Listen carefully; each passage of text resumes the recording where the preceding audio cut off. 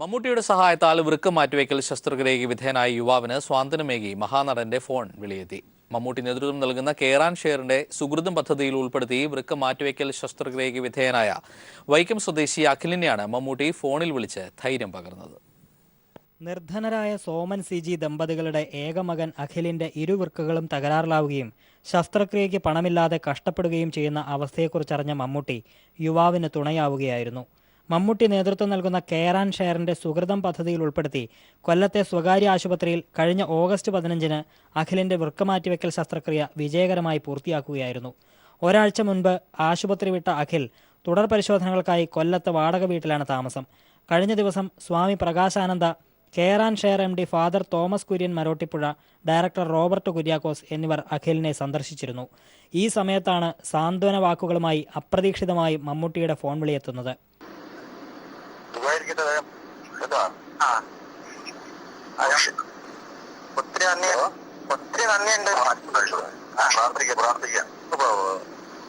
കൊച്ചിയിൽ നിന്നും മമ്മൂട്ടി കൊടുത്തയച്ച പഴക്കൂടയും അഖിലിന് ലഭിച്ചിരുന്നു. News bureau, Kochi. നവജാത ശിശുവിന് മുലപ്പാൽ നൽകുന്നത് വിലക്കിയ പിതാവിനെതിരെ ബാലാവകാശ കമ്മീഷൻ കേസെടുത്തേക്കും. കോഴിക്കോട് ഓമശ്ശേരി സ്വദേശി അബൂബക്കറിനെതിരെയാണ് ബാലാവകാശ കമ്മീഷന്റെ നടപടി. അന്ധവിശ്വാസത്തിന്റെ പേരിൽ നവജാത ശിശുവിന് 24 മണിക്കൂർ കഴിഞ്ഞ് മുലപ്പാൽ നൽകാവൂ എന്ന് ഓമശ്ശേരി സ്വദേശി അബൂബക്കർ വാശി പിടിച്ചതാണ് സംഭവം. നവജാത ശിശുവിന് ആദ്യ മുലപ്പാൽ നൽകിയില്ലെങ്കിൽ ഉണ്ടാകുന്ന പ്രത്യാഘാതങ്ങൾ ഡോക്ടർമാർ വിശദമാക്കിയിട്ടും അബൂബക്കർ 5 ബാങ്ക് വിളി കഴിയണമെന്ന് വാശി പിടിച്ചതോടെ സംഭവം വിവാദമായി. പോലീസ് സ്ഥലത്തെത്തി കാര്യങ്ങൾ അന്വേഷിച്ചെങ്കിലും ഡിസ്ചാർജ് വാങ്ങി അബൂബക്കർ വീട്ടിലേക്ക് മടങ്ങി. വീട്ടിലെത്തി തെളിവെടുപ്പ് നടത്തിയ ബാലാവകാശ കമ്മീഷൻ അംഗങ്ങൾ കുട്ടിക്ക് നിർജ്ജലീകരണം സംഭവിച്ചതായി കണ്ടെത്തിയിരുന്നു. സംഭവത്തെക്കുറിച്ച് ജില്ലാ കളക്ടറുടേതടക്കം പോസ്റ്റുകൾ സോഷ്യൽ മീഡിയയിൽ വൈറലായിരുന്നു. ഇതിന്റെ അടിസ്ഥാനത്തിലാണ് കുട്ടിയുടെ പിതാവ് അബൂബക്കറിനെതിരെ ബാലാവകാശ കമ്മീഷൻ സ്വമേധയാ കേസെടുക്കാനൊരുങ്ങുന്നത്. News bureau, Kozhikode.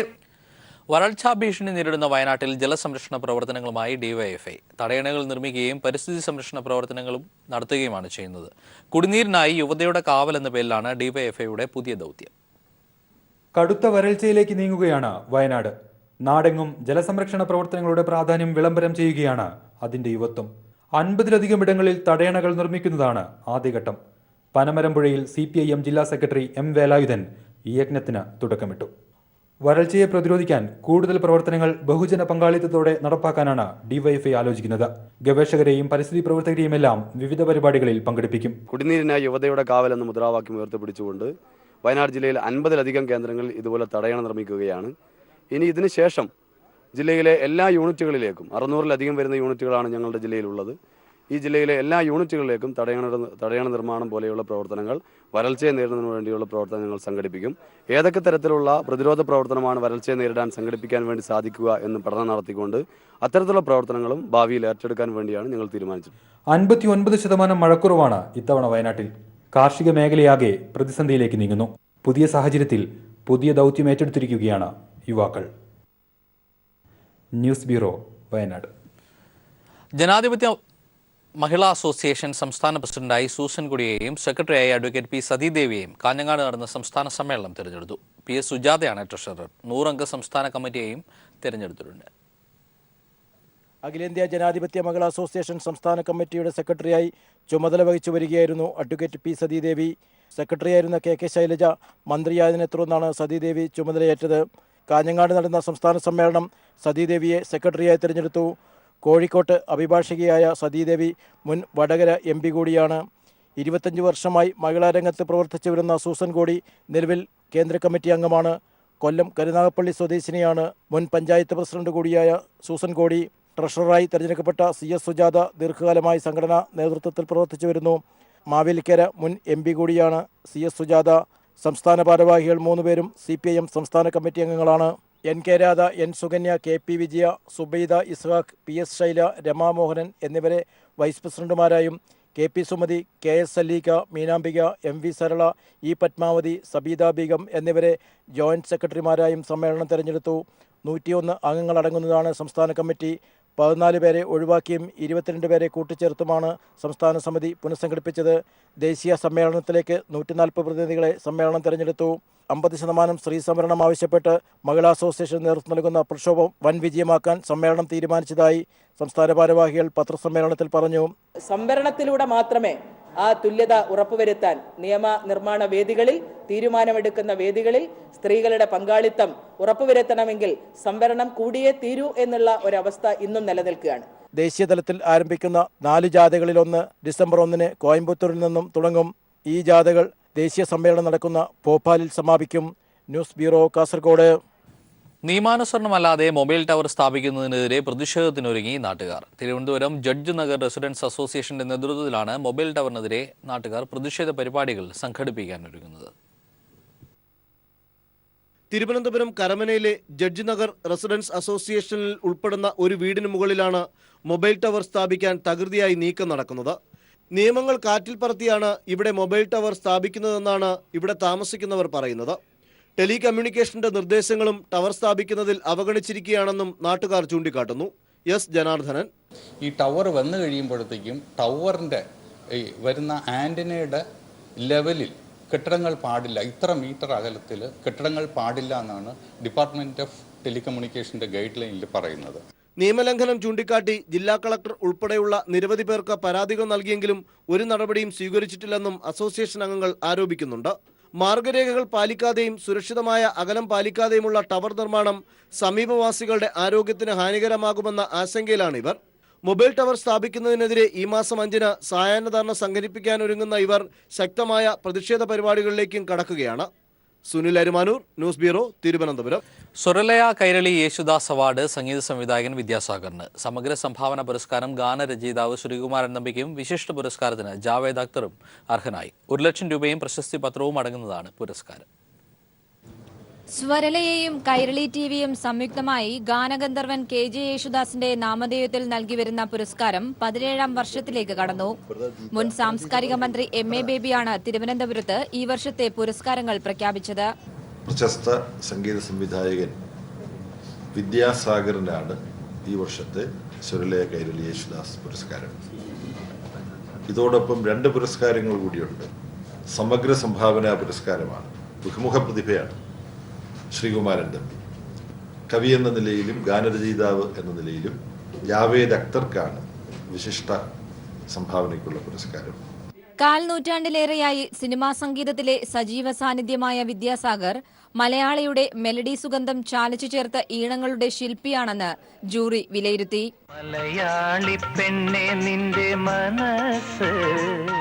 മലയാള സിനിമയിൽ സുവർണ ജൂബിലി പിന്നിടുന്ന ഭാവഗാനങ്ങളുടെ രാജശില്പിയാണ് ശ്രീകുമാരൻ തമ്പി.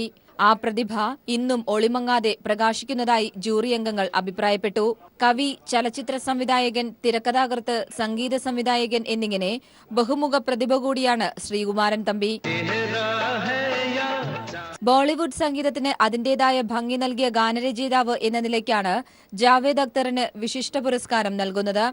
1 ലക്ഷം രൂപയും പ്രശസ്തി പത്രവും കാനായി കുഞ്ഞിരാമൻ രൂപകൽപ്പന ചെയ്ത ശില്പവും അടങ്ങുന്നതാണ് പുരസ്കാരം. ജനുവരി അവസാനം തിരുവനന്തപുരത്ത് നടക്കുന്ന ഗന്ധർവസന്ധ്യയിൽ ഡോക്ടർ KJ യേശുദാസ് ആയിരിക്കും അവാർഡുകൾ സമ്മാനിക്കുക. MA ബേബി അധ്യക്ഷനായ ജൂറിയാണ് അവാർഡ് നിർണയിച്ചത്. വാർത്താസമ്മേളനത്തിൽ Kairali TV senior director Venkittaraman, Swaralaya general secretary EM Najeeb, Kairali TV programme director Somakumar, കവി പ്രഭാവർമ്മ, G രാജ്മോഹൻ, RS ബാബു എന്നിവരും പങ്കെടുത്തു. News bureau, Thiruvananthapuram. പുരോഗമന കലാസാഹിത്യ സംഘത്തിന്റെ ജില്ലാ സമ്മേളനത്തിന്റെ ഭാഗമായുള്ള പുസ്തക ശിഖായാത്ര ആരംഭിച്ചു. ONV ഗ്രൂപ്പിന്റെ വസതിയായ ഇന്ദീവരത്തിൽ Sarojini teacher Pukasa vice president Ezhassery രാമചന്ദ്രന് പുസ്തകശിഖ കൈമാറി. കവി പ്രഭാവർമ്മ യാത്ര ഉദ്ഘാടനം ചെയ്തു. സമ്മേളനത്തിന്റെ ഭാഗമായുള്ള വിശ്വമാനവ പതാക യാത്ര വർക്കല ശിവഗിരിയിൽ നിന്നും വിശ്വമാനവ കൊടിമര യാത്ര ആമച്ചൽ സദാനന്ദന്റെ വസതിയിൽ നിന്നും ആരംഭിച്ചു. കാലിക്കറ്റ് യൂണിവേഴ്സിറ്റി വിവാദ പുസ്തകം പിൻവലിച്ചു. BA അഫ്സുൽ ഉലുമ കോഴ്സിലെ കിതാബുത് തൗഹീദ് എന്ന പുസ്തകമാണ് പിൻവലിച്ചത്. സലഫിസ ആശയങ്ങൾ പുസ്തകത്തിൽ ഉൾക്കൊള്ളിച്ചു എന്നത് വിവാദമായിരുന്നു. UDF സർക്കാരിന്റെ കാലത്താണ് സിൻഡിക്കേറ്റ് നിയോഗിച്ച പഠന ബോർഡ് BA അഫ്സലുൽ ഉലമ 1ാം വർഷ സിലബസിലേക്ക് സലഫി ആശയങ്ങളുള്ള പാഠപുസ്തകങ്ങൾ ഉൾപ്പെടുത്തിയത്.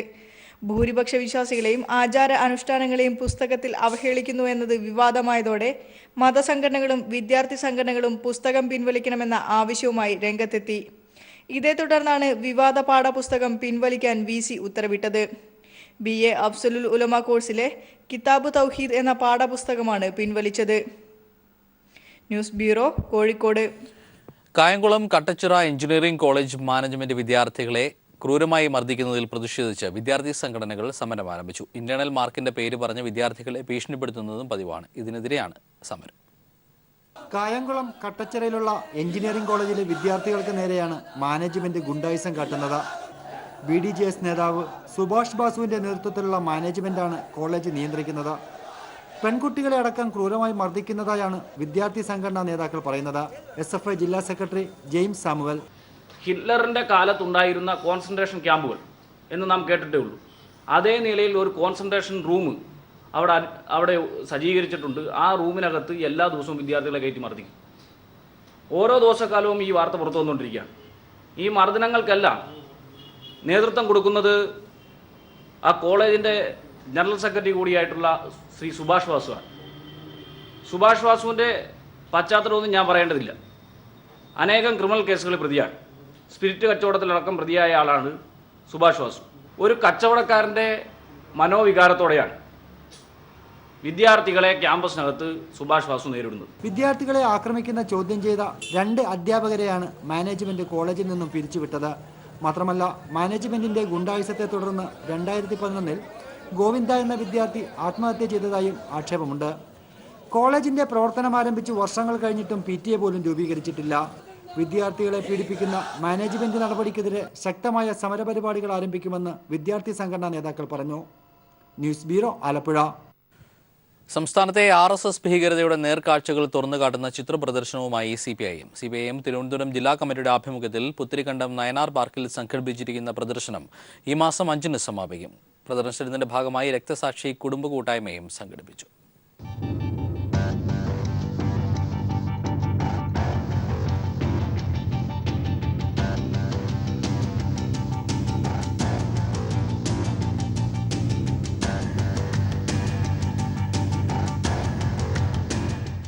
രക്തദാഹത്തിന്റെ സംഘതാണ്ഡവം RSS കലി എന്നു പേരിട്ടിരിക്കുന്നതാണ് RSS ഭീകരതയുടെ നേർക്കാഴ്ചകൾ തുറന്നുകാട്ടുന്ന ഫോട്ടോ പ്രദർശനം. RSS കൊലക്കത്തിക്കിരയായ ആദ്യ രക്തസാക്ഷി UK കുഞ്ഞിരാമന്റെ ചിത്രം മുതൽ RSSന്റെ കൊടുംക്രൂരത വെളിപ്പെടുത്തുന്ന 8 വയസ്സുകാരന്റെ കൊലപാതക ഫോട്ടോ വരെ പ്രദർശനത്തിലുണ്ട്. കൊലക്കത്തിയുമായി കൊലവിളി നടത്തുന്ന RSSകാരുടെ ഭീകരത ഓരോ ചിത്രത്തിലും വെളിപ്പെടുന്നു. മാനവികതയും മതസാഹോദര്യവും ജീവവായുവായ മലയാള മണ്ണിനെ കലാപഭൂമിയാക്കാനുള്ള ഗൂഢനീക്കങ്ങളാണ് RSS മനുഷ്യവേട്ടയ്ക്ക് പിന്നിലെന്നതും ഫോട്ടോ പ്രദർശനം തുറന്നു പറയുകയാണ്. RSSന്റെ അക്ഷരവിരോധവും മതനിരപേക്ഷവാദികൾക്ക് നേരെയുള്ള ആക്രമണവും വെളിപ്പെടുത്തുന്ന ചിത്രങ്ങളും പ്രദർശനത്തിലുണ്ട്. തലശ്ശേരിയിൽ നടന്ന വർഗീയ ലഹളയുടെ നേർക്കാഴ്ച, അയോധ്യയിലെ ബാബറി മസ്ജിദ് തകർക്കൽ, വീടുകൾക്ക് നേരെയുള്ള ആക്രമണം ഇവയൊക്കെ ഫോട്ടോ പ്രദർശനത്തിൽ ഇടം പിടിച്ചിരിക്കുന്നു. CPIM തിരുവനന്തപുരം ജില്ലാ കമ്മിറ്റിയാണ് പ്രദർശനം സംഘടിപ്പിച്ചിരിക്കുന്നത്. ഫോട്ടോ പ്രദർശനത്തിനൊപ്പം രക്തസാക്ഷി കുടുംബ കൂട്ടായ്മയും സംഘടിപ്പിച്ചു. ഈ മാസം 5-ന് സമാപിക്കുന്ന ഫോട്ടോ പ്രദർശനത്തിന്റെ വേദി പുത്തിരിക്കണ്ടത്തെ നയനാർ പാർക്കാണ്. Sunil Arumanoor, news bureau, Thiruvananthapuram. Endosulfan ദുരിതാശ്വാസ സെൽ 1 മാസത്തിനകം പുനഃസംഘടിപ്പിക്കുമെന്ന് മുഖ്യമന്ത്രി. ദുരിതബാധിതരുടെ കടാശ്വാസ കാലാവധി ദീർഘിപ്പിക്കുമെന്നും അദ്ദേഹം കാസർഗോഡ് പറഞ്ഞു. എൻഡോസൾഫാൻ ദുരിതബാധിത കുടുംബങ്ങൾക്ക് വേണ്ടി സർക്കാർ ഒട്ടേറെ ദുരിതാശ്വാസ സമാശ്വാസ പദ്ധതികൾ നടപ്പിലാക്കി വരുന്നു. ഇത്തവണത്തെ ബജറ്റിൽ 10 കോടി രൂപയാണ് ഇതിനു വേണ്ടി നീക്കിവെച്ചിരിക്കുന്നത്. ദുരിതബാധിതരുടെ റവന്യൂ റിക്കവറിക്ക് മേലുള്ള മൊറട്ടോറിയം 1 വർഷത്തേക്ക് കൂടി വ്യാപിപ്പിച്ചിട്ടുണ്ട്. കേരളത്തിലെ ഏറ്റവും പ്രമുഖ കർഷക തൊഴിലാളി സംഘടനയായ KSKTUവിന്റെ സംസ്ഥാന സമ്മേളനത്തിന് മൂവാറ്റുപുഴ ഒരുങ്ങി. ഈ മാസം 8 മുതൽ 11 വരെയാണ് സമ്മേളനം. സെമിനാറുകൾ, പ്രതിനിധി സമ്മേളനം, കർഷക തൊഴിലാളി റാലി, കാർഷിക വ്യാവസായിക മേള എന്നിവ സമ്മേളനത്തിന്റെ ഭാഗമായി നടക്കും. കർഷക തൊഴിലാളികളുടെ കേരളത്തിലെ ഏറ്റവും പ്രബലമായ സംഘടനയുടെ സംസ്ഥാന സമ്മേളനത്തിന് ആതിഥ്യമരുളാൻ മൂവാറ്റുപുഴ ഒരുങ്ങിക്കഴിഞ്ഞു.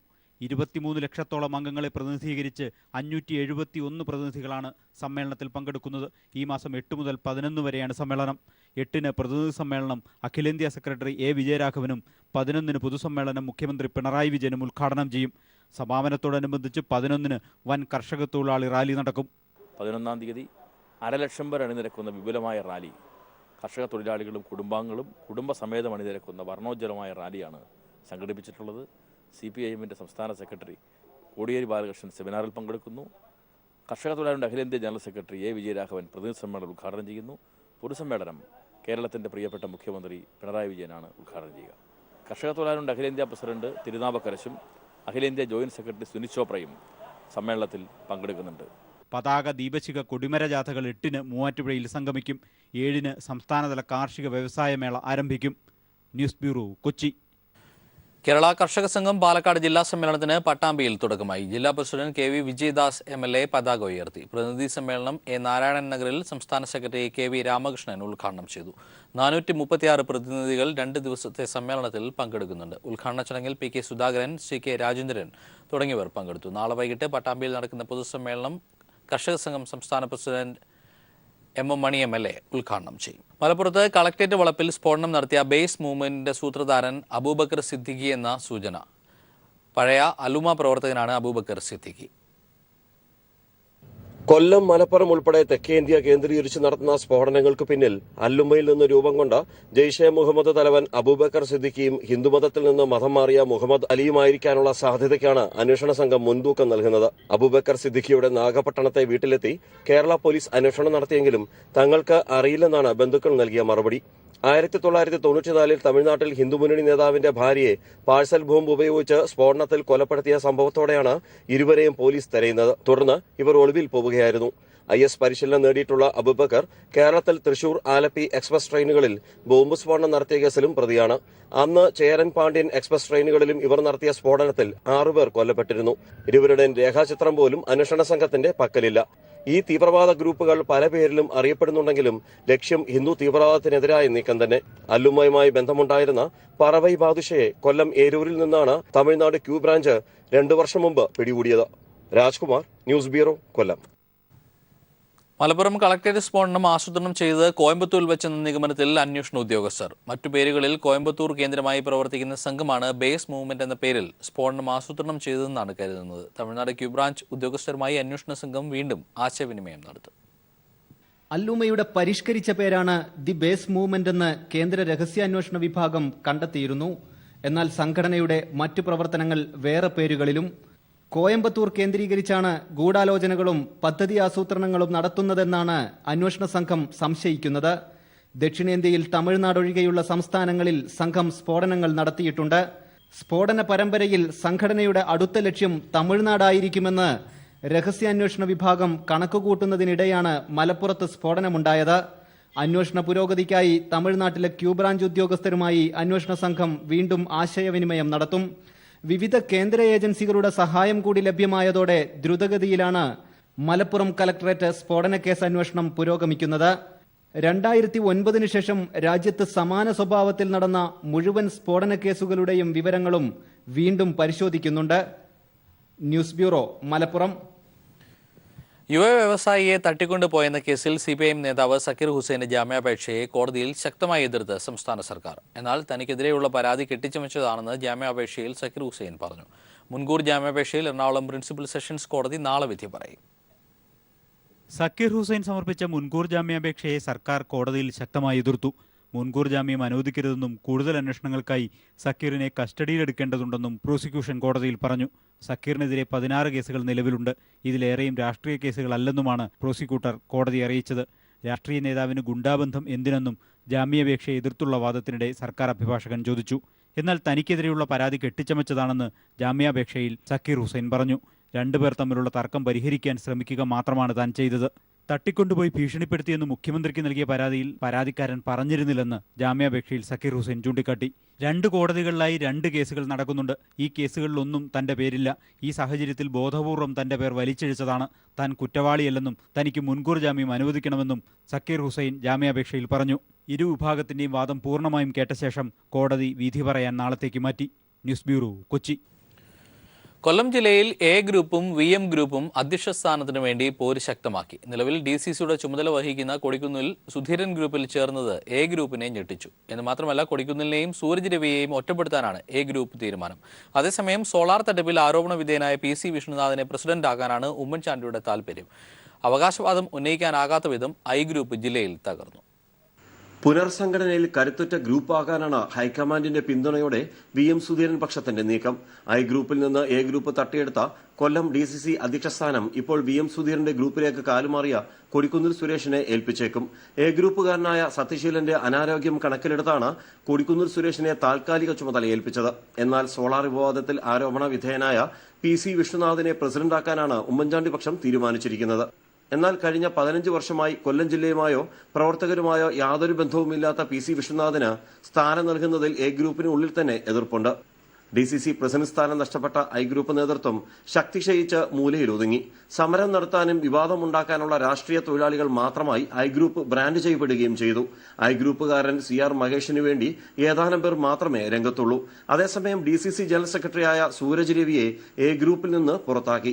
2 വള്ളത്തിൽ കാലുവെക്കാൻ VMന്റെ വിശ്വസ്തനായ സൂരജ് രവിയെ അനുവദിക്കേണ്ടെന്ന് ബെന്നി ബെഹന്നാൻ ജില്ലയിലെ എ ഗ്രൂപ്പ് നേതാക്കൾക്ക് നിർദ്ദേശം നൽകി. KSUവിന്റെ പരിപാടികളിൽ നിന്ന് സൂരജ് രവിക്ക് വിലക്കുമുണ്ട്. ജില്ലയിൽ 3 ഗ്രൂപ്പുകളും തമ്മിൽ ശത്രുത അതിന്റെ പാരിമതിയിൽ എത്തിക്കഴിഞ്ഞു.